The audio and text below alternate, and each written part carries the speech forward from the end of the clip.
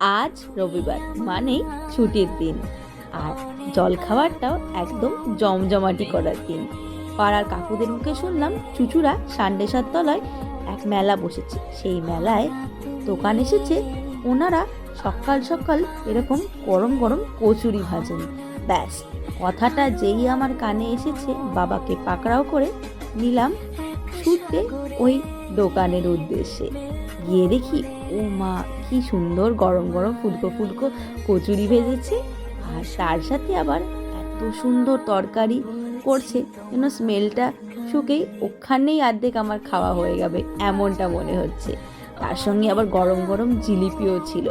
ওনারা আবার দেখছিলাম ফুলুরিও ভেজেছিল।